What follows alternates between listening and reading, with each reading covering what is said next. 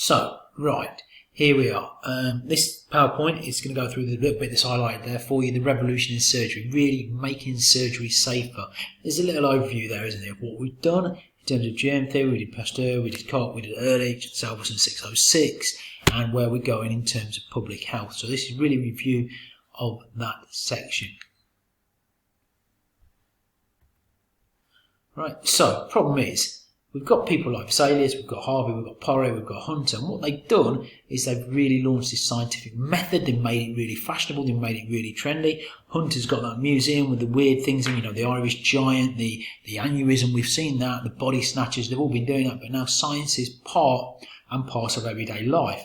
But surgery, you know, if you do it yourself, you cut your hand, you've broken your finger, the last thing you want to do is go to the surgeon, because the surgeon's option is really simple.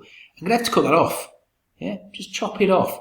That's what happens. Now, you put that off till the end. You put that off to the last minute. Because you put it off to the last minute, because you're scared, because you can't afford it, for whatever reason, by the time you get there, the surgery is going to be worse. Yeah, those three big problems that we talked about. Pain, blood loss, infection. Pain, too much of it, you go into shock, you die. Blood loss, too much of it, you go into shock, you die. Infection, septicemia, blood poisoning, you're probably going to die. Now, so what happens is, like I just said, we put surgery off. Surgeons have a bad reputation. People are scared of them. And actually between 1840 and 1870, that's going to get worse, because the problem we solve first is pain. Think about that. We solve the problem of pain. That means you don't feel pain in surgery. Operations become slower. Operations become more complex. That increases the risk of you dying. Therefore, 1840 to 1870, around that time, is often called the black or the dark period of surgery. We looked at surgery over time. We know that people had always tried to use anaesthetics. Of course they have. People aren't stupid. They realise it hurts. If I'm having an operation, you're going to scream, you're going to wriggle, I've told you down. If I can put you to sleep, everybody's safer.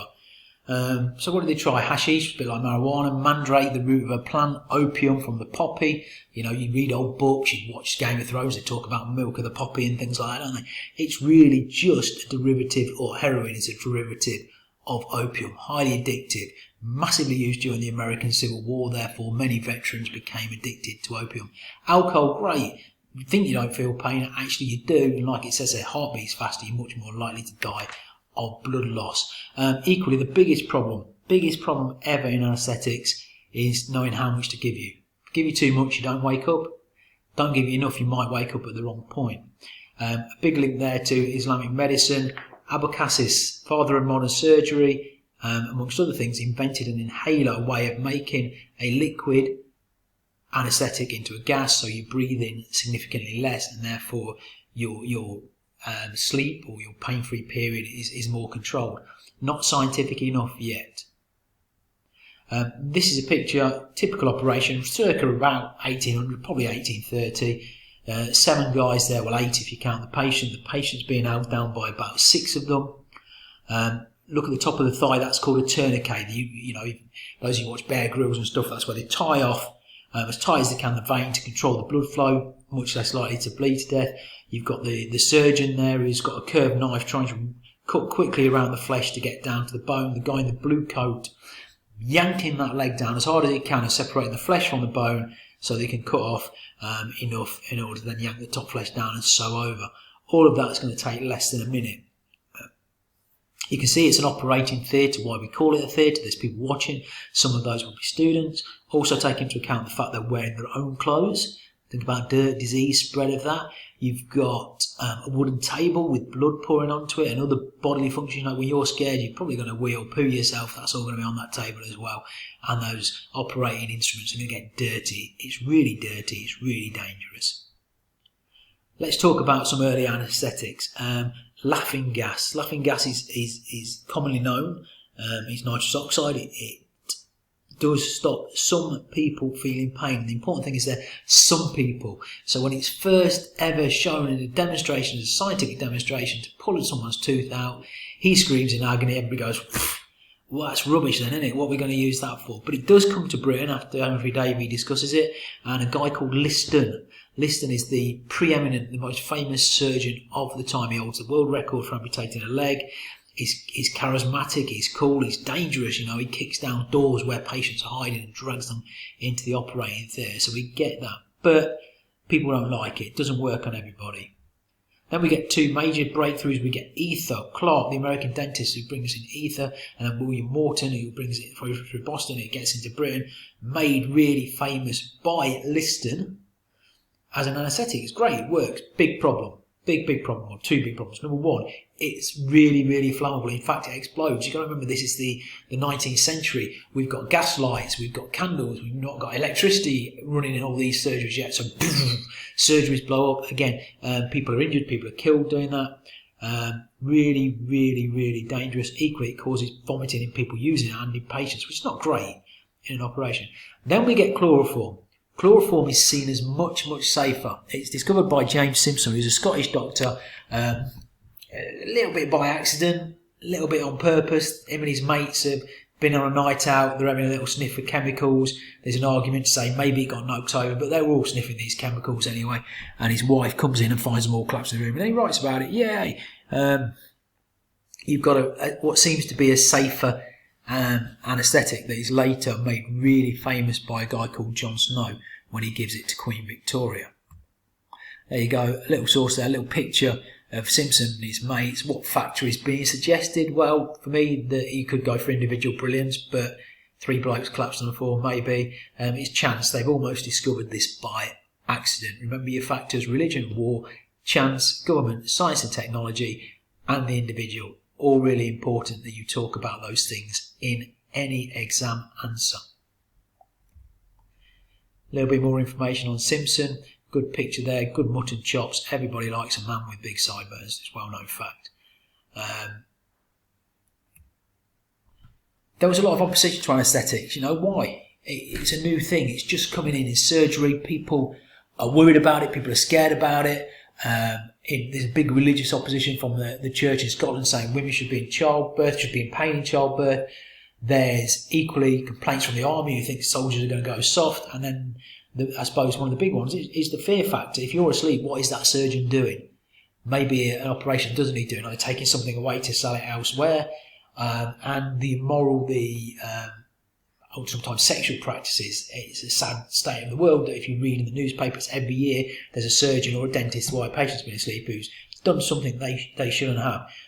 Again, we talk about this dark period of surgery. Surgery becomes more dangerous because people are not in pain. Yeah. Simpson didn't like ether because it's smelling, it tended to explode. Did some sniffing with his friends. Always remember that fact, a little bit of chance in there. There is a couple of videos on there. They're probably on that Worcester Johnny website that I always recommend. Have a look at that. If you've got a chance now, write yourself about half a side about what Simpsons did and then what impact the discovery had. Remember, it's like the significance question. What was the impact at the time? What was the impact over time? A little bit of summary there again of those objections to anaesthetics. Important you remember the name of Anna Greener. She's 15-year-old. She's having a toenail removed and they give her too much chloroform. There you go. Again, there's a little video there. They'll put that into perspective. Have a watch.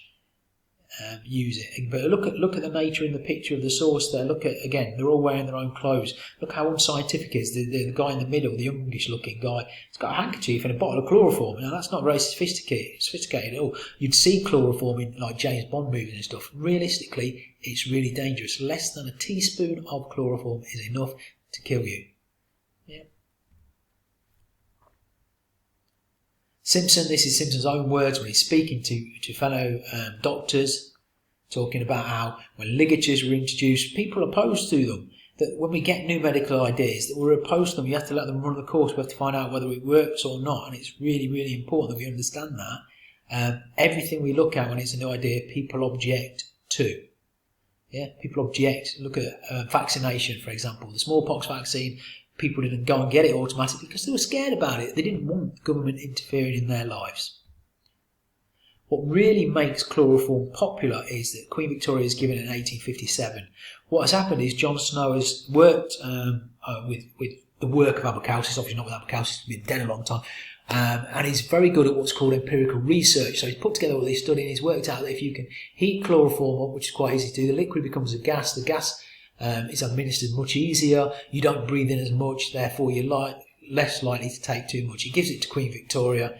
She's having her 8th child, and she utters this phrase, "Thank God for that blessed chloroform," because childbirth is, as I understand, incredibly painful. There you go. Jon Snow creates a mask, gives it to Queen Victoria.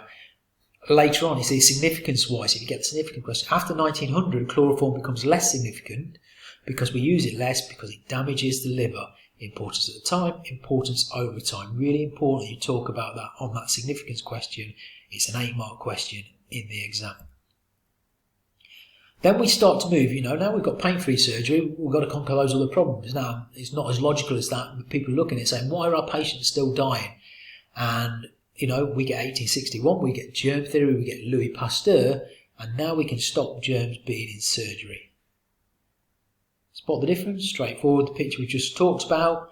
And then a slightly more modern picture around about 1867-68. See, surgeons, doctors still in their own clothes. Patient is now on a blanket, patient is now covered. Anesthetic still being applied strangely, maybe not with an inhaling mask, but then this little spray, this vaporizer spray that's spraying carbolic acid everywhere. Carbolic acid is a really, really strong disinfectant. Semmelweiss, bless him, great story about Semmelweiss. Semmelweiss is working in a hospital in Vienna, in Austria, and what he notices is people are dying in this thing called purple fever, particularly expectant mothers. What is happening is, of course, when they're giving birth to children, or when they're being examined by a doctor who hasn't washed his hands, bits that should be inside are being touched from things that are outside or are coming outside as the baby's delivered. Doctors next to the maternity ward is a mortuary. And doctors are passing on all those germs. They don't know about those germs. We know about those germs. One of Semmelweiss's friends, who's another doctor, dies, and he gets an infection in a cut that he's actually cut himself while doing an autopsy on a dead body. And Semmelweiss thinks, well, surely we can do something about it, create a barrier. So he gets everybody to wash his hands with chloride of lime, another really, really strong disinfectant. This makes death rates drop. But because he cannot explain how it works, it irritates doctors. They see him as arrogant, they see him as conceited, they see him as forcing his views on them. It makes their hands and skin split. They get really fed up with it. And they stop doing it, and he gets the sack. He tries it in another hospital, same happens. And then Semmelweiss himself goes a little bit mad, suffering from stress, work pressure, becomes alcoholic, goes out sleeping with prostitutes. His wife obviously becomes fed up with this. She arranges to take him on a family holiday that's not really a family holiday. And when he gets on his holiday, she gets him locked in an asylum. And then we'll find out what happens to him in part 2.